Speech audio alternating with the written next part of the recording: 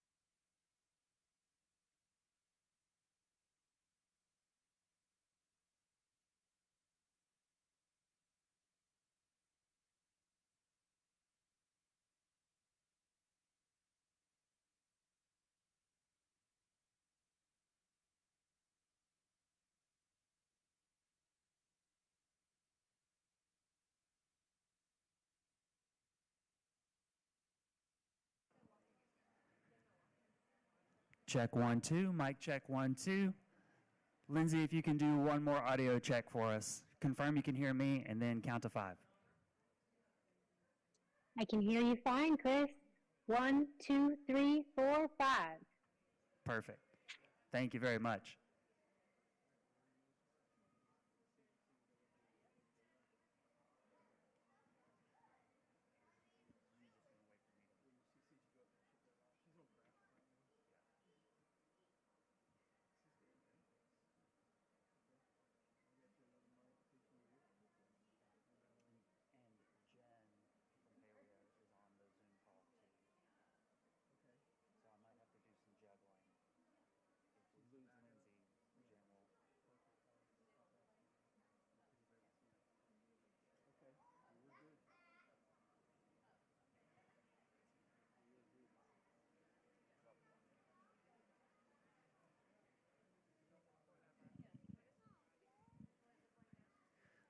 All right, everybody, let's get today's program started. Hello, everybody. Welcome to the North Carolina Museum of Natural Sciences, and welcome to the SECU Daily Planet Theater for Dino Dig Live. This is one of the most exciting programs that we offer here at the museum, at least in my humble opinion, because we have the amazing opportunity to chat with museum scientists who are actually doing some science, some really cool stuff.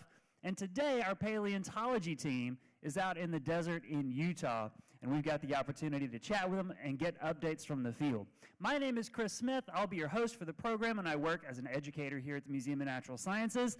But you're not here to hear me talk. You're here to meet the star of our show, Dr. Lindsay Zano. Dr. Zano is the head of paleontology here at the museum. Dr. Zano is in charge of every fossil in the entire museum and all of our research that comes out of this institution. And Dr. Zano is also a professor over at North Carolina State University. Lindsay, hi, how are you? Hi, Chris. Hi, everyone. How's it going back there? How's it going, everybody? Say great. 1, 2, 3. Okay, I don't know if you could hear them or not, Lindsay, but they said they're doing great. So tell us where you are. I spoiled it. I said that you're in Utah, but tell us where you are and what you are doing. Well, we are out here in the central Utah desert in a very barren, very remote place called the San Rafael Swell. So if you go about 100 miles this way, you find absolutely nothing but a straight road until you hit the next area of civilization. It's a beautiful day, clear skies, and we're having a great time digging up a lot of cool dinosaurs out here in central Utah this summer. So when did you first arrive out in Utah? When did you start digging dinosaurs? How's it going? It's going great. We've been out here about 3 weeks. We have 3 dinosaur quarries that we are excavating right now. One is just about a quarter mile off the edge of this cliff. And we spent the first 10 or 12 days just opening those quarries. So just picking and shoveling and jackhammering to get all the rock off the top of the bone layer so that we could start trenching around the bones and jacketing the bones and transporting them back to camp so they can be brought back to the museum. But we're deep into the actually working on fossils part now, which is the better part.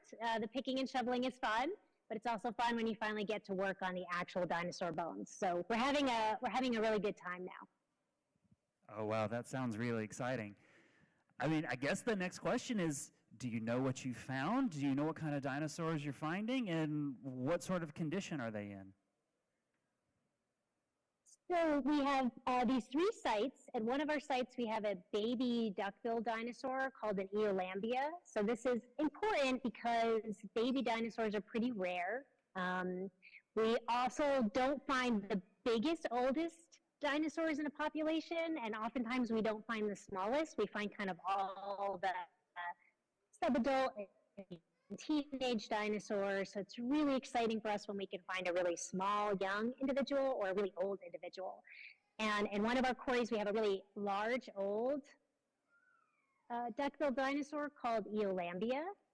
And in one of our quarries, we have a really small baby Eolambia that was probably only about 2.5 or 3 feet tall at the hip.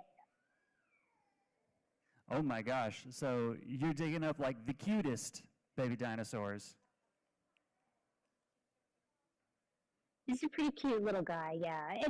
And the reason we're so excited about young dinosaurs and old dinosaurs is that oftentimes for dinosaur species, we just have 1 or 2 individuals, and we aren't able to answer a lot of questions about their biology from just having, 1 or 2 individuals of a species. So when we get the opportunity to collect many, many different individuals of a species, from babies all the way to adults, we can learn a lot about how those dinosaurs grew, how they reproduced, what their growth rates and their metabolisms were like, and how they changed as they grew from babies to adults, which are really important things to know about a species, because these are really basic things about dinosaur biology that help us reconstruct what their lives were like millions of years ago.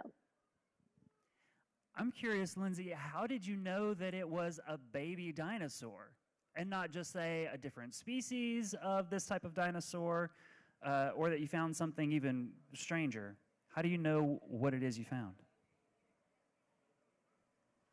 Well, that's a really good question, Chris, and it's good for you to call me on that, because a lot of times when we're out in the field, we do what we call field identification. So we see something in the ground and we haven't exposed it all the way. It's not prepared. It's half covered in rock. And we'll say, oh, that's clearly a leg bone of this animal.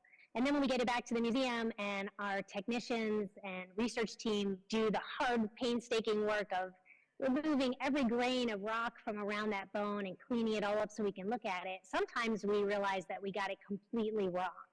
And so when we're out in the field, we're just doing the best we can with what we can see, which is often not a lot, because we don't want to uncover all the bones here in this environment. We want to keep them encased in as much of the rock as we can for their safety.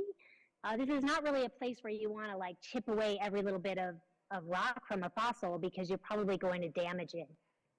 So we do our best to guess what we have out here. Sometimes it's very, very clear we have a new species, and sometimes we're just basing that on what we can see in the field. And so this dinosaur has all the features of an Eolambia dinosaur, but it's very small. So we're going to take our best guess and say that we have a really, really small young Eolambia. But you never know. If people come back to the museum in a year after this animal's prepped, they may find out that it's something different indeed.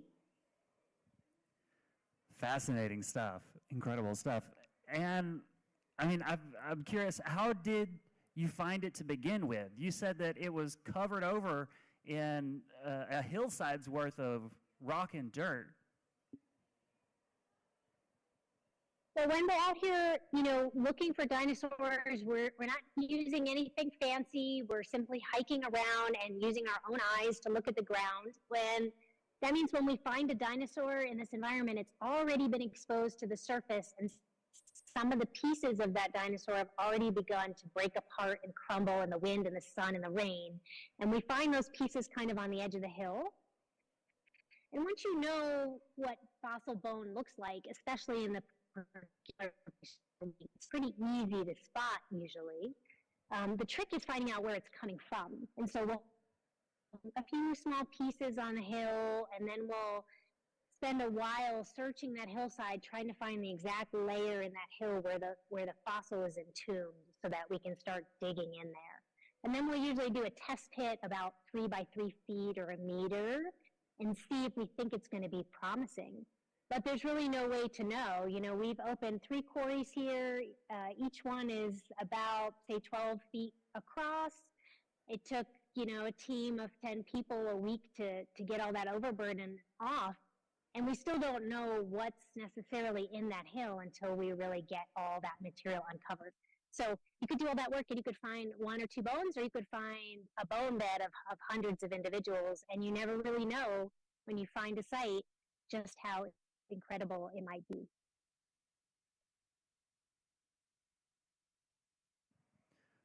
Awesome stuff. Great stuff. So if you're here with me in the Daily Planet Theater, folks, you can also ask Lindsay questions. All you've got to do is wave at me. And then if you'd like, you can come up on the stage. You'll have to use the microphone, but then you can talk directly to Lindsay, who's in the middle of the desert in Utah digging up dinosaurs. Isn't technology cool? Somehow, Lindsay has cell phone service on top of a hill in the middle of the desert. So if you've got questions at any point, just wave at me, and then you can come on up. Oh, yes, sure, come on up. We've got lots of time for Q&A. So tell us all your name and then your question. My name is Lakin. Nice to meet you. And what do you want to chat with Dr. Zano about? Why are dinosaurs extinct? Oh, well, dinosaurs actually aren't extinct. Birds that are around you today are living, breathing dinosaurs themselves. So one group of dinosaurs made it through that mass extinction event at the end of the Cretaceous that wiped out all the other dinosaurs. And they're actually doing pretty great. Birds, there are over 10,000 species of birds / dinosaurs living alongside of you today. So they're still a very, very successful group of animals. The rest of the dinosaurs unfortunately went extinct when an asteroid hit planet Earth about 66 million years ago and caused a massive amount of turmoil, tsunamis and fires and rapid cooling and heating. And the dinosaurs just weren't able to survive through that, except for birds. So I feel really lucky that we still have dinosaurs living alongside of us. That's a great question. Thank you very much. Who is the next one? Yeah, hi, come on up. Again, give us your name, and then you can watch the screen in the back to chat with Lindsay. Hi, my name is Angie. We were wondering if the giant sloths went extinct at the same time as the dinosaurs. No, giant sloths are much, much younger than the dinosaurs. So after dinosaurs went extinct, it left much of land sort of vacant for new kinds of animals to evolve to replace all the roles in the ecosystems that dinosaurs once filled. And this is something that's happened again and again throughout our planet's history, where one group of animals will sort of dominate in land or sea, and then a big extinction event will wipe them out and give another group of animals the opportunity to evolve to fill those places.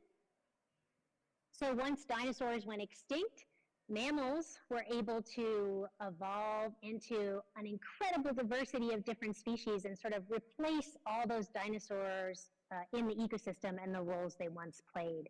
So things like sloths, ultimately are animals that evolved to replace dinosaur roles, things that dinosaurs would have done before they went extinct in the Cretaceous. Which raises a good question for me, Lindsay, is how do you find dinosaurs and not sloths? Well, luckily, we have all this great technology now that helps us as paleontologists out. But one of the most fundamental things is what we call geologic maps. So these are not high-tech things. These are geologists who've gone out and figured out the age of the rocks at the surface. So we know the age of the rocks that I'm standing on. We know these are deposited in these sandstones that you can see around me were deposited around 94.5 million years ago. And so when we have a research question as a paleontologist, we figure out what time period we need to visit to learn about the animals and the ecosystems of that time period. And then we look at these geologic maps for places where rocks of the right age are exposed at the surface. And then we use satellite imagery and more technology to figure out how to get in there and how to get with the bones, which just made our job easier. But fundamentally, we still just have to get out here on the ground and check around and see if this is a place that dinosaur bones are preserved or not, because sometimes it's not the right environment or even the right chemistry to preserve fossils. There's a lot of different factors that go into it, but knowing the age of the rocks that you're looking for and where they're exposed on the surface is the right starting point. Excellent, thank you. All right, question up from the balcony. Yell loud down at me.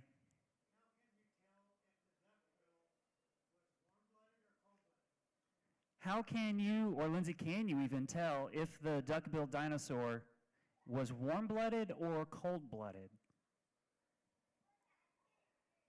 Oh, well, this is an interesting question that's captivated paleontologists for decades. And there are a lot of new technologies that people are using to try and answer this question. We sort of think that dinosaurs were kind of intermediate between warm-blooded and cold-blooded, and not all dinosaurs were the same, right? Some dinosaurs were 100 feet long from their head to their tail, and some dinosaurs were really tiny, and those dinosaurs are not going to have the same metabolism. So the dinosaurs probably had a diversity of metabolisms, but they grew very, very quickly, which is an indication that they are more like endothermic than ectothermic. This is a great question that if anyone is interested in becoming a paleontologist, there's a lot of fun, exciting new research coming out about the physiology and the metabolism of dinosaurs, but it's certainly a question we haven't really answered yet. Great question. All right, you've got one. Come on up. Yeah, you right there. Don't worry. It's safe. Here, I'll come down to you. Tell us your name, and then you can ask your question. Dayton Brownfield. I've always been interested in paleontology, specifically theropods, hods in particular. Personally, Spinosaurids are my favorite. Anyways, my question is, what kind of fauna would you be finding in this layer of rock? Like, what kind of fauna would you be finding around this time period? And I'd like genus and species names. Genus and species, if that's okay. Just asking.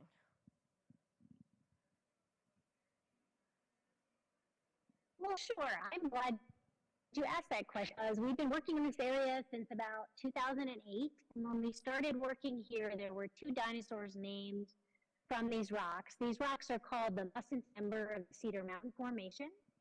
And they're about, 99.8 to about 98.5 million years old. So not only about 800,000 years of time captured in this set of rocks.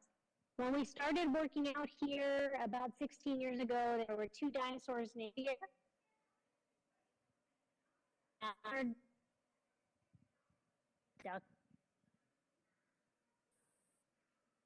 And named a lot of dinosaurs, and we still have a few that we've discovered that we haven't named yet.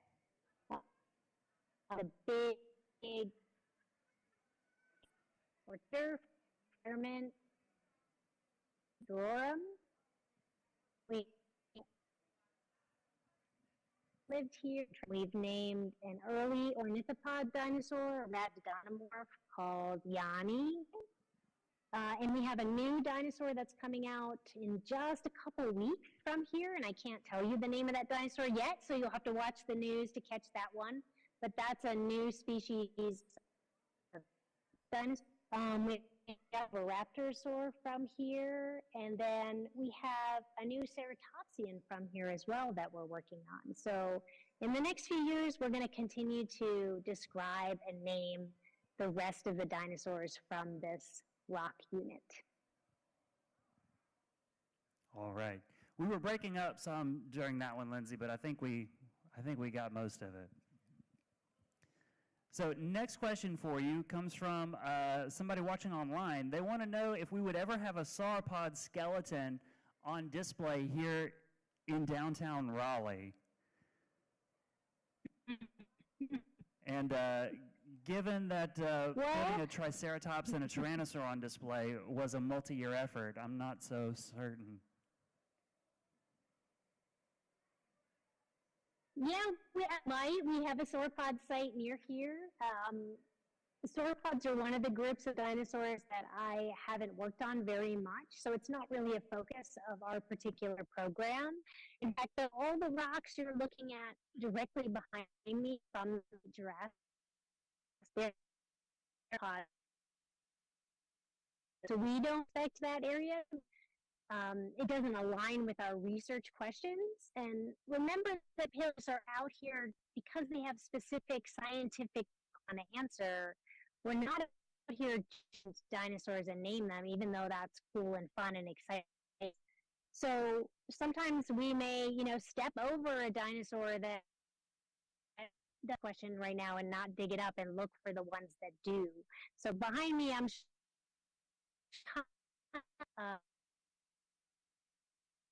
future, we may change our minds. Cool stuff. And then next up, what advice would you give someone aspiring to study vertebrate paleontology like you? Well, I think that one of the about being a paleontologist is you're kind of a scientist who wears lots of different hats. You have to have a pretty good grasp of a lot of different scientific disciplines to do. There is no, real degree in paleontology cobbled together information from the geological biological class. So my advice to you is to keep your scientific education very broad and not hone in too quickly on biology or geology, and include things like chemistry and physics and math, and English is very important, and you have to know how to write well to be a scientist. And what you can on. Well, that's me. So let's see. It looks like we finally lost Lindsay's signal. Let's double check. Well, we'll work to get Dr. Zano back. Don't worry. Oh, Dr. Zano's already back.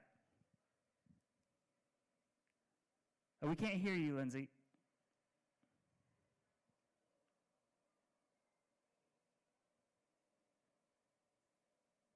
How's that, Chris? Yeah, sounds good. You're topsy-turvy. We've got you on your side there, but that's okay. Okay, let's see.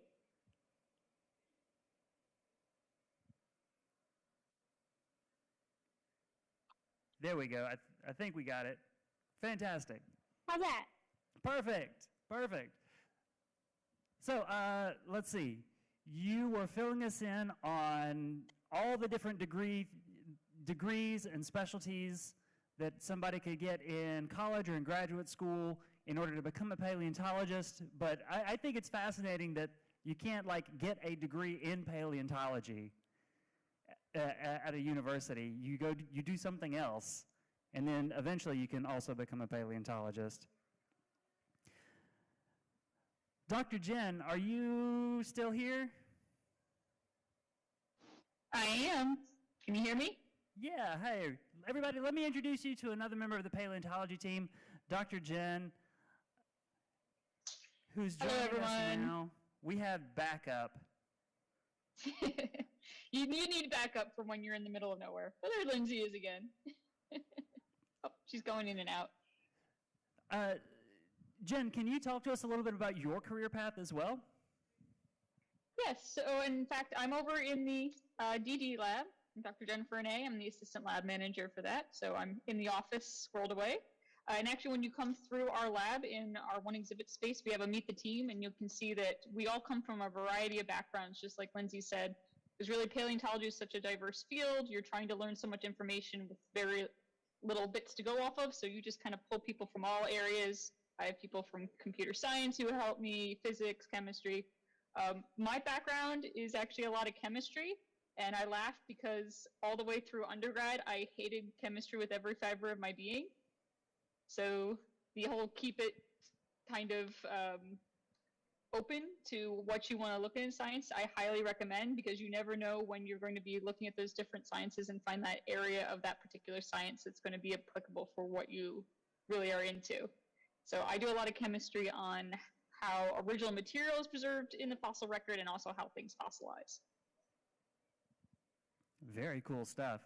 And I love that you're like right on the other side of the wall from me inside the museum. You'll literally see me in like half an hour at the table. I would encourage, if you haven't yet already, folks, make sure that you get one of those free tickets and go through Dueling Dinosaurs and see the SECU Dino Lab. It is certainly one of the crown jewels of the North Carolina Museum of Natural Sciences. All thanks to the good and great efforts of people like Dr. Zano and Dr. Renee here, who brought it to the museum. Lindsay, it looks like we've got you back. I think, can you hear me? Yeah, we've got you. Welcome back to the show. Okay, great. Although we've got you, you're lopsided again, but that's okay. Does Samir have any?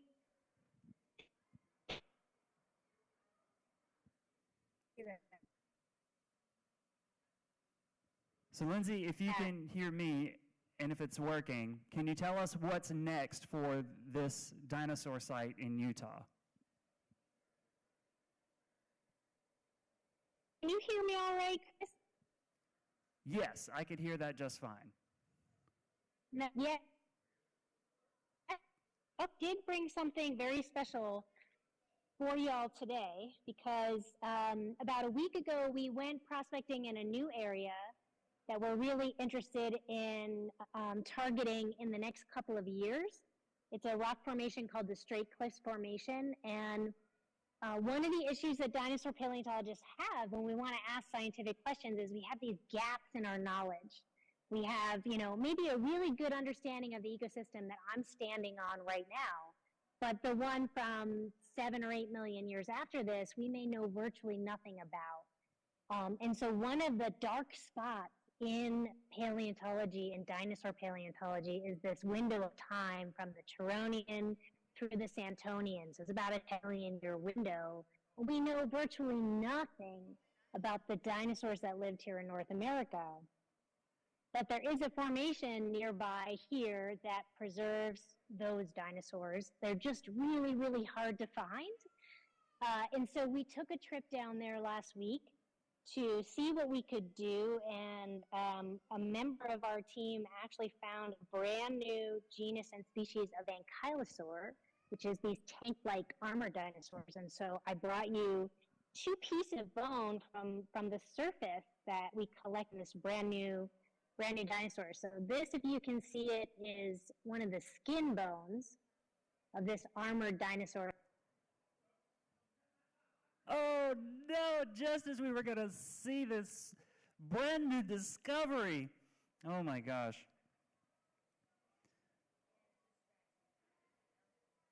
All right. Were you able to see that, Chris? Am I upside down again? Yeah, you're upside down. Also, the video had frozen. We couldn't see the specimens that you found. It looks like we might have a pretty good connection for the moment. All right. I am going to try changing the position of this. And we'll see how this goes. Because I really want to show you guys this. You'll be the first people in the world to see the bones of this brand new genus. live at the museum. So let's see if you can see this. Can you see this? I can see a gray, blurry smudge. Yeah, Actually, a Lindsay, gray, blurry if you hold smudge. it very still, that might give us a moment to send an image through that we can make out a little better. Oh my goodness. Look at that. Okay, so tell us what this is again. You said this is one of the bones at the skin, one of the armor plates? Yeah, that's right. So these dinosaurs were just covered in bony armor to protect themselves from predators. And they had spikes. This is actually one of the pieces of the spikes that were on the shoulders, these long spikes. And then they had the rest of their body covered in these skin bones, which we call osteoderms. And so this is a brand new genus and species from the Coniacean or Santonian of North America. And we're really, really excited about what this might teach us about ankylosaur evolution here on the North American continent. So I really wanted to share this with you today before we headed out. Oh, wow. Lindsay, that is incredible. Congratulations on the find, I suppose. Can't wait to see that one back at the museum. Yeah, so next year when we call in, we'll see if we can zoom in from this dig site, and we'll be in a different area. It's very forested there, completely different looking environment, but a new exciting site for us to talk to you from. Wow, that's really cool. Very cool. And so you won't be able to go like dig up more of this ankylosaur, this new thing that you've just found this year, because you've got other sites to work on, but you what, put a flag in the ground and come back and find it next season? Something like that. We use GPS technology, so when we know where that spot is. One of the things that a lot of people don't realize when we're out here is that we can't just come out and just open a quarry. That we're working on federal land, and so there's a long, intensive permitting process for paleontologists when we can get a permit to come out here just to look for dinosaurs. And then when we find sites we think are promising, we have to apply for an excavation permit for each locality. And before they'll grant us that excavation permit, they come out here and they check for any potential harm that digging a big hole in the ground might do to endangered species or archaeological artifacts. And once they've determined that it's okay for us to dig a huge hole in the hill, then we'll get a permit. So the whole process of finding to even starting to excavate a dinosaur takes at least a year and sometimes 2 years. And then many years to get it out of the ground and many years to do the intense preparation that you can see Jen doing in the dino lab when you go through the Dueling Dinosaurs experience. And then the scientists get to start doing the research. So it'll be a very long time from the time I just showed you that osteoderm of this new genus until the time that you all hear about its name in the news. I'm already very excited for this discovery. That's super cool stuff. So let's see. I think we've got time for just one or two more questions, and then Lindsay will let you go. One came in from the internet. What are some of the things in dinosaur movies that bother you the most? You look like you're at Jurassic Park, like the beginning of the movie right now. Yeah, I think the thing that, well, I mean, look, movies are entertainment, right? So, and most of the time animals are boring. Most of the time animals are walking around, napping or eating. You know, they're not that exciting on a general basis. But I think if you just take it at face value, it makes dinosaurs seem different from normal animals that we're all familiar with.